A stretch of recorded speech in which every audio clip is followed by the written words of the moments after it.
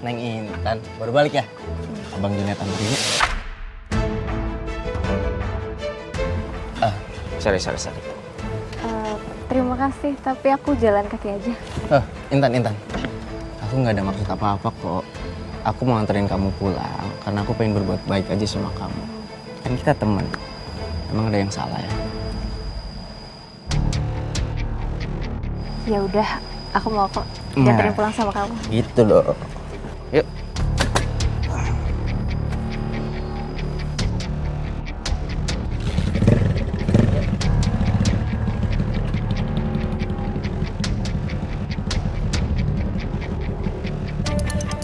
Kayaknya Intan udah bisa nerima cinta aku nih.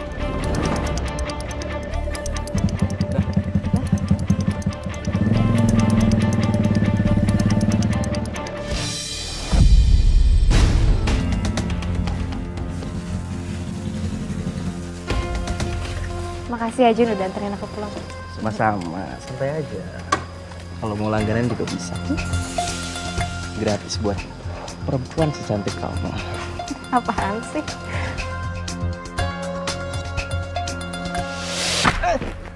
Bu, apaan sih? Bukan saya, bukan tanaman, ngapain disiram, Bi? Bu, berhenti Bu, kasihin dia kesusahan. Iya, siapa suruh kamu kesini? Udah tahu orang lagi nyiram. Cepat pergi. Ibu tuh udah kelewatan ya, dia tuh baik, mau nganterin aku pulang. Paling dia cuma modus doang, biar kamu terima cintanya. Kamu tuh jangan mimpi ya, kamu mau jadi pacar dia, kamu mau nikah sama dia. Sampai kapanpun saya nggak akan rela. Cepat pergi, saya siram lagi nih. Jun, maafin ibu aku ya. Iya, aku juga nggak apa-apa kok. Santai aja. Cepat pergi. Iya, Bu. Bu, Pulang ya.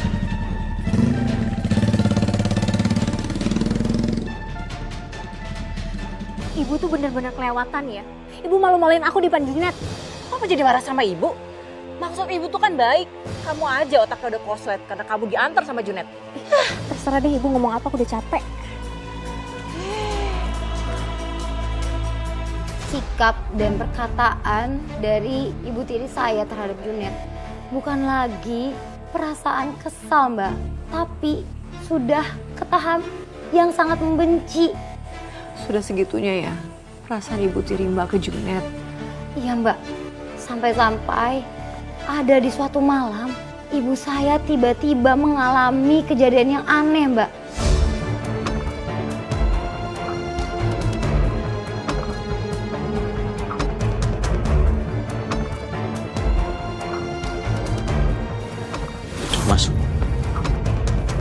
Masuk.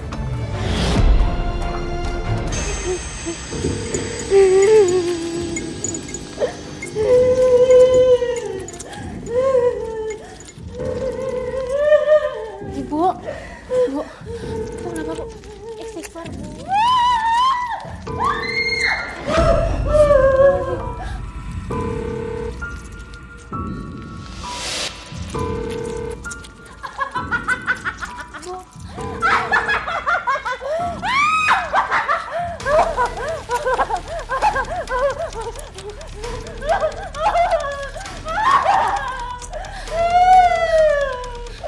Ya Allah, ibu kenapa begini ya Allah?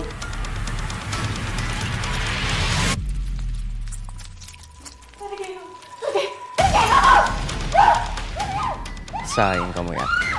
Sebentar lagi kamu akan merasakan apa yang selama ini aku rasakan. Bu, istighfar Bu, istighfar. Astagfirullahaladzim. Astagfirullahaladzim.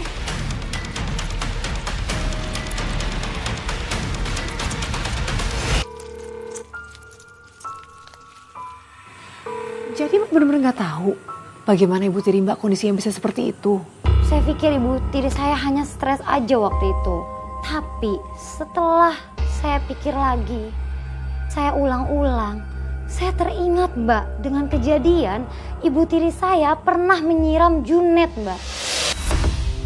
Saya pikir ini pasti ulahnya si Junet. Tapi Mbak konfirmasi nggak ke Junet soal ini?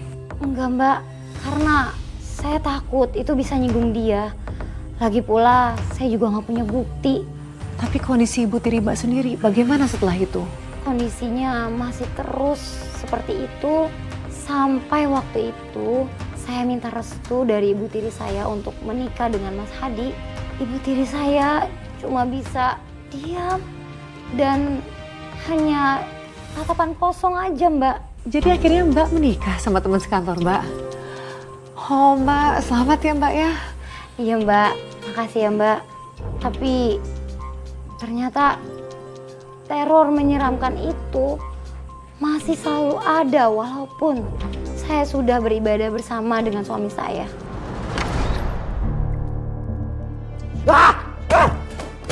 Sialan aku kecolongan. Bisa-bisanya Intan nikah aku gak tahu.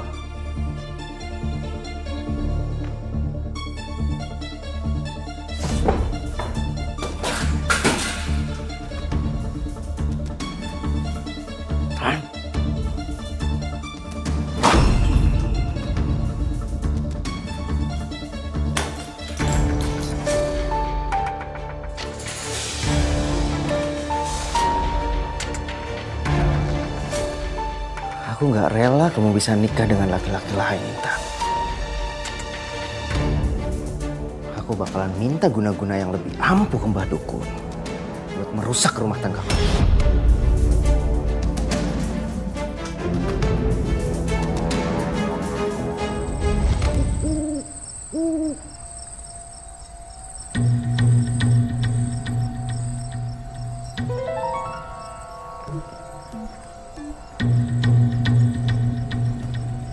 Sekarang kamu akan habis, Intan.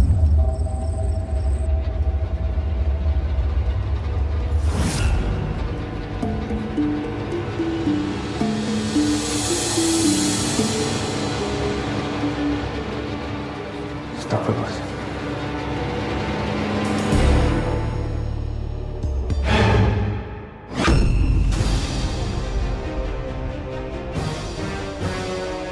Mati kamu, Hadi.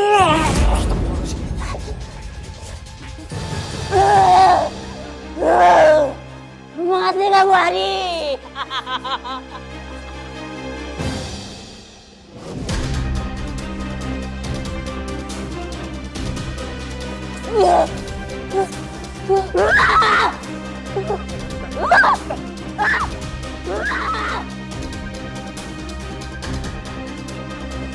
Bismillahirrahmanirrahim. Allah la ilaha illallah. Wah,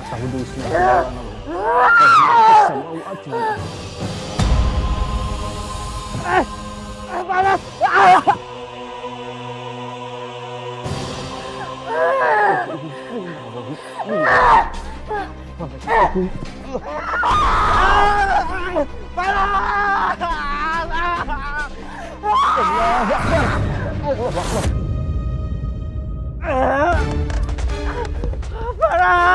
Tolong.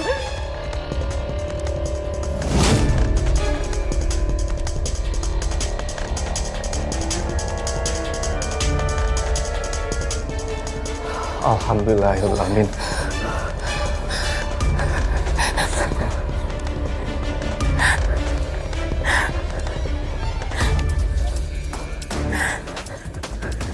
Intan, ayo kita sholat isya berjamaah. Mas.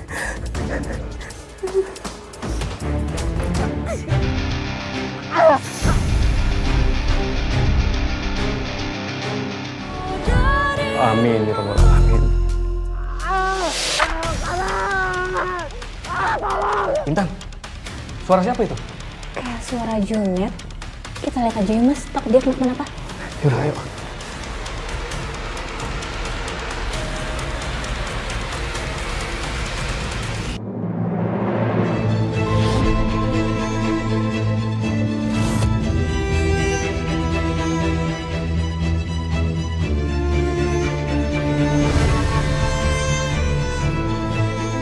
Astagfirullahaladzim Junet.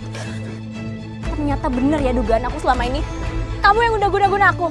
Bukan aku. Aku gak mungkin ngelakuin itu semua sama kamu, Intan. Aku gak mungkin, Intan. Udah gak usah bohong lagi.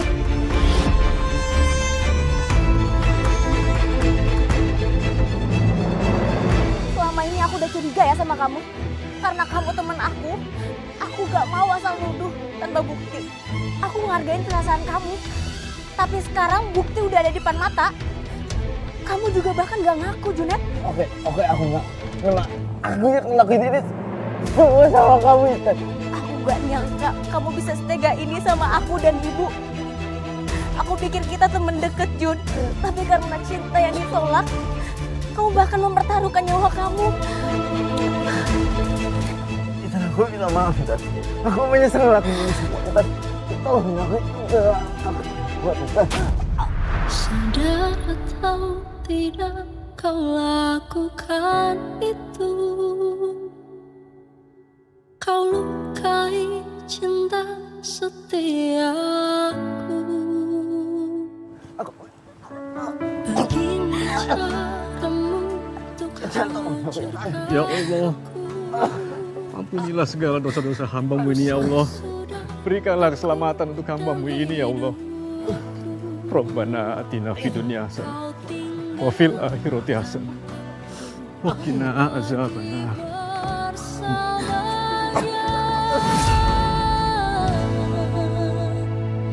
Aku menangis sendiri di sini. Aku minta maaf sama Mas Adi, aku minta maaf, aku menyesal Mas. Aku minta maaf Mas. Aku menyesal. Maafin aku. Kami akan maafin kamu. Tapi kamu harus tobat. Minta ampun sama Allah. Iya, aku bakalan tobat. Aku tobat. Sejak hari itu, teror menyeramkan itu sudah berhenti seutuhnya, Mbak. Duh, Mbak, syukurlah.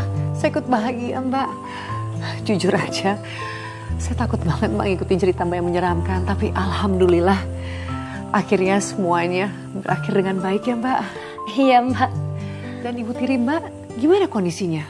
Kondisinya sudah jauh lebih membaik. Dan ya walaupun tidak sesehat seperti dulu, tapi yang paling saya syukuri, Ibu Tiri saya sikapnya sudah jauh lebih baik. Dia sudah tidak silau lagi dengan harta dan ibadahnya juga jadi lebih rajin. Duh, alhamdulillah Mbak. Tapi Mbak, hubungan Mbak dengan Junet gimana dong Mbak? Alhamdulillah, Junet sudah tobat, Mbak. Hubungan kita sudah membaik.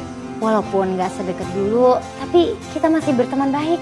Alhamdulillah Mbak, saya senang banget mendengarnya Mbak. Dan terima kasih Mbak Intan mau hadir di sini dan membagikan kisahnya. Saya sehat terus ya Mbak. Iya Mbak, sama-sama. Pemirsa, kisah yang baru saja kita dengarkan tadi banyak terjadi di sekitar kita. Makanya ada istilah, cinta ditolak, guna-guna bertindak. Semoga kisah ini bisa menjadi pelajaran bagi kita semua, utamanya kaum perempuan, bahwa cinta yang dipaksakan akan berakhir dengan kehancuran. Terima kasih telah menyaksikan Catatan Hati Perempuan. Sampai jumpa dalam episode berikutnya.